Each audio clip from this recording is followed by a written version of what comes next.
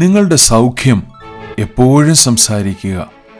നിങ്ങൾ പൂർണ്ണ ആരോഗ്യവും സുഖവും ആയിരിക്കുമ്പോഴും നിങ്ങളുടെ സൗഖ്യം നിങ്ങൾ സംസാരിക്കുക. സദൃശ്യവാക്യങ്ങൾ 4-ാം അധ്യായം 20 മുതൽ 22 വരെയുള്ള വാക്യങ്ങൾ ഇപ്രകാരം പറയുന്നു: മകനെ, എൻ്റെ വചനങ്ങൾക്ക് ശ്രദ്ധ തരിക, എൻ്റെ മൊഴികൾക്ക് നിന്റെ ചെവി ചായ്ക്ക. അവ നിന്റെ ദൃഷ്ടിയിൽ നിന്ന് മാറിപ്പോകരുത്. നിന്റെ ഹൃദയത്തിൻ്റെ നടുവിൽ അവയെ സൂക്ഷിച്ചു വയ്ക്കുക. അവയെ കിട്ടുന്നവർക്ക് അവ ജീവനും അവരുടെ സർവ്വദേഹത്തിനും സൗഖ്യവും ആകുന്നു. ചില ആളുകൾ ഇപ്രകാരം പറയുന്നത് ഞാൻ കേട്ടിട്ടുണ്ട്: ദൈവിക രോഗസൗഖ്യത്തിലും ദൈവം എന്നെ സൗഖ്യമാക്കുമെന്നും വിശ്വസിക്കുവാൻ എനിക്ക് പ്രയാസമില്ല. പക്ഷേ ദൈവം എന്നോടത് നേരിട്ട് ഉൽപ്പത്തി പുസ്തകങ്ങളിൽ സംസാരിച്ചതുപോലെ സംസാരിക്കണം. മിക്കവാറും അതിനുത്തരം അപ്രകാരം സംഭവിക്കാൻ സാധ്യതയില്ല എന്ന് തന്നെയാണ്. ഇടിമുഴക്കങ്ങളിൽ കൂടി ഉയരങ്ങളിൽ നിന്ന് ദൈവം ഇപ്പോൾ സംസാരിക്കേണ്ട ആവശ്യമില്ല. കാരണം എന്തെന്ന് നിങ്ങൾക്കറിയാമോ? രക്ഷിക്കപ്പെട്ട ഒരു ദൈവ പൈതലിന്റെ ഉള്ളിലാണ് ദൈവം വസിക്കുന്നത്. ഇന്ന് ദൈവം നമ്മുടെ അകത്തു നിന്ന് നമ്മോട് സംസാരിക്കുന്നു.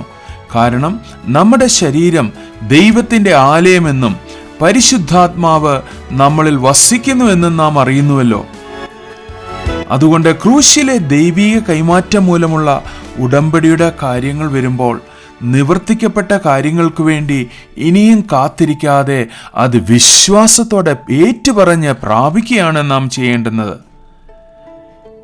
ദൈവം അത് നമ്മോട് പറയുകയും സംസാരിക്കുകയും ചെയ്തു, പറഞ്ഞു കഴിഞ്ഞു. നാം അത് കേൾക്കുകയോ തിരിച്ചറിയുകയോ ചെയ്തോ? നാം പാപത്തെ സംബന്ധിച്ച് മരിച്ച് നീതിക്ക് ജീവിക്കേണ്ടതിന് അവൻ തൻ്റെ ശരീരത്തിൽ നമ്മുടെ പാപങ്ങളെ ചുമന്നുകൊണ്ട് ക്രൂശിന്മേൽ കയറി അവൻ്റെ അടിപ്പിണരുകളാൽ നമുക്ക് സൗഖ്യം വന്നുമിരിക്കുന്നെന്ന് 1 പത്രോസ് 2:24 പറയുന്നു. നിന്റെ ദൈവമായ യഹോവയുടെ വാക്ക് നീ ശ്രദ്ധയോടെ കേട്ട് അവനെ പ്രസാദമുള്ളത് ചെയ്യുകയും അവന്റെ സകല വിധികളും പ്രമാണിക്കുകയും ചെയ്താൽ ഞാൻ മിസ്രൈമ്യർക്ക് വരുത്തിയ വ്യാധികളിൽ ഒന്നും നിനക്ക് വരുത്തുകയില്ല. ഞാൻ നിന്നെ സൗഖ്യമാക്കുന്ന യഹോവയെന്ന് ദൈവം അരുളി ചെയ്തു എന്ന് പുറപ്പാട് പുസ്തകം 15:26 വാക്യം പറയുന്നു. എന്നാൽ വിശ്വാസത്തോടുകൂടിയ പ്രാർത്ഥന ദീനക്കാരനെ രക്ഷിക്കും. കർത്താവ് അവനെ എഴുന്നേൽപ്പിക്കും. അവൻ പാപം ചെയ്തിട്ടുണ്ടെങ്കിൽ അവനോട് ക്ഷമിക്കുമെന്ന് യാക്കോബിന്റെ ലേഖനം 5-ാം അധ്യായം 15-ാം വാക്യം പറയുന്നു. ദൈവം ക്രൂശിൽ സ്വന്തം പുത്രനെ നമുക്ക് ഏൽപ്പിച്ചു തന്ന് തൻ്റെ ഭാഗം ചെയ്തു കഴിഞ്ഞു. ഇനിയും നമ്മൾ നമ്മുടെ ഭാഗം ചെയ്യണം. ദൈവം നമ്മളോട് സംസാരിച്ച വചനങ്ങൾ നാം എടുത്ത് നമ്മുടെ ഉള്ളിലാക്കി നമ്മുടെ ഉള്ളിൽ നിന്നത് സംസാരിച്ച് നമ്മുടെ ചുറ്റുമുള്ള സകലത്തെയും ദൈവഹിതത്തിന് അനുകൂലമാക്കി മാറ്റണം.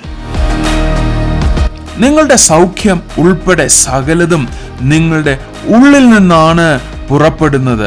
ആശ്ചര്യമായി നിങ്ങളുടെ ഭാവി നിങ്ങളുടെ ഹൃദയത്തിൽ സൂക്ഷിച്ചു വച്ചിരിക്കുന്നു എന്ന് ദൈവവചനം പറയുന്നു. വിശുദ്ധ മത്തായി എഴുതിയ സുവിശേഷം 12-ാം അധ്യായം 35-ാം വാക്യം ഇപ്രകാരം പറയുന്നു: നല്ല മനുഷ്യൻ തൻ്റെ നല്ല നിക്ഷേപത്തിൽ നിന്ന് നല്ലത് പുറപ്പെടുവിക്കുന്നു. ദുഷ്ട മനുഷ്യൻ ദുർനിക്ഷേപത്തിൽ നിന്ന് തീയത് പുറപ്പെടുവിക്കുന്നു.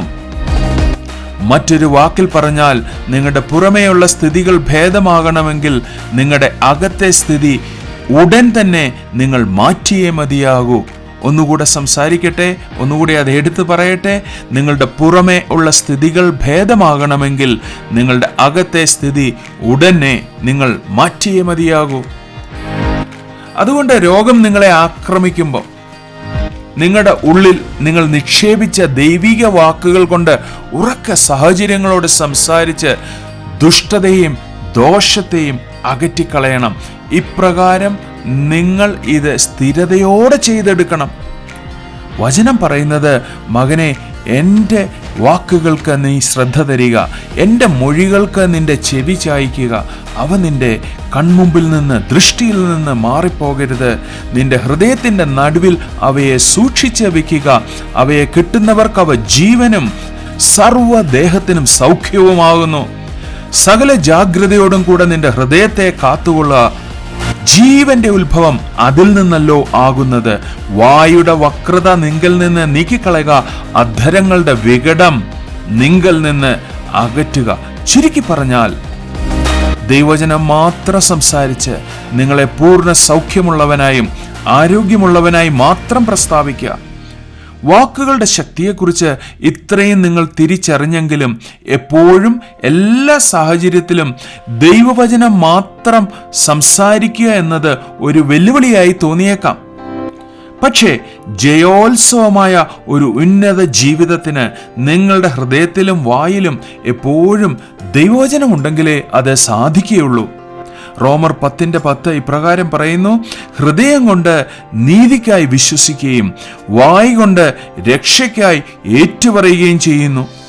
അതുകൊണ്ട് തിരുവചനം തുറന്ന് നിങ്ങളുടെ ഹൃദയത്തെ നല്ല നിക്ഷേപം കൊണ്ട് മാത്രം ഇന്ന് നിറയ്ക്കുക. അത് മാത്രം എപ്പോഴും സംസാരിക്കുക. അങ്ങനെയാണെങ്കിൽ വിശ്വാസത്തിന്റെ ഒരു സ്ഥിരത നിങ്ങൾക്ക് ഉണ്ടാകും. നമുക്ക് വിശ്വാസത്തിന്റെ ഒരു ചുവട് എന്ന് വെക്കാമോ? വേദനയോ ശരീരാസ്വാസ്ഥ്യമോ അനുഭവപ്പെടുമ്പോൾ നിങ്ങളുടെ ആദ്യ പ്രതികരണം നിങ്ങളുടെ ഹൃദയത്തിൽ നിറച്ചിരിക്കുന്ന നല്ല നിക്ഷേപത്തിൽ നിന്ന് സൗഖ്യത്തിന്റെ നല്ല വാക്കുകൾ പ്രസ്താവിക്കുമോ? നിങ്ങൾ മാറ്റുവാൻ ഉദ്ദേശിക്കുന്ന കാര്യങ്ങളോട് യേശുവിന്റെ നാമത്തിൽ ദൈവവചനത്തിന്റെ അധികാരത്തിൽ മാത്രം ഇന്നു മുതൽ സംസാരിക്കുക.